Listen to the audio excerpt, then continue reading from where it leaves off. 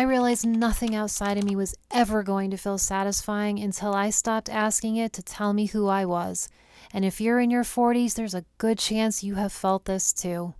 And not all at once, but just a sense that you've done all the right things, but you're still waiting for something more honest, more profound. And what has surprised me the most wasn't what I needed to add, it was how much I actually didn't need.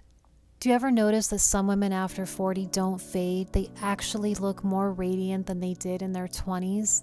And I think this is relatable to so many of us because I don't think women lose their glow with age. I simply think they lose touch with what truly satisfies them. When that satisfaction, that zest for life connects through the body first, your glow becomes a byproduct and not something you chase. Let me know if you can relate to this. We were taught to live from the neck up, meaning push past our fatigue, push through the signals, delay pleasure until later.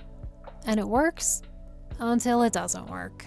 But a body-led mindset asks different questions. Not what does my body need, but what is my body actually compensating for? You're more overstimulated than you are tired. You're more undernourished than you are hungry. You're more living out of alignment than you are unmotivated. Hunger, cravings, fatigue, and overwhelm, they aren't needs, they're signals from different systems simply asking for different forms of support. I think we're all guilty of treating the signals in our body as problems, which leads us to be more reactive than responsive. But when we start treating our problems like data, we can then notice certain patterns. The body always whispers before it screams. When women change how they eat, they think they feel younger because they're eating healthier.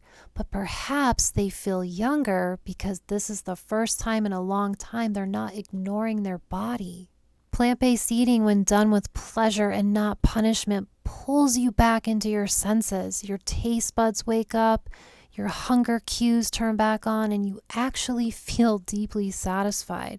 And just like in your intimate relationship, it does not respond to control. It responds to deep respect and consistency. In the next and final video of this 5-part series, we're going to talk about what a lot of beauty conversations leave out.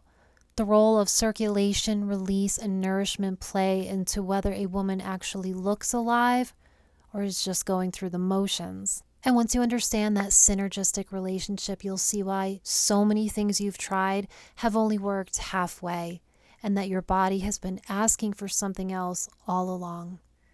Thanks so much for joining me. I'll see you in the next video.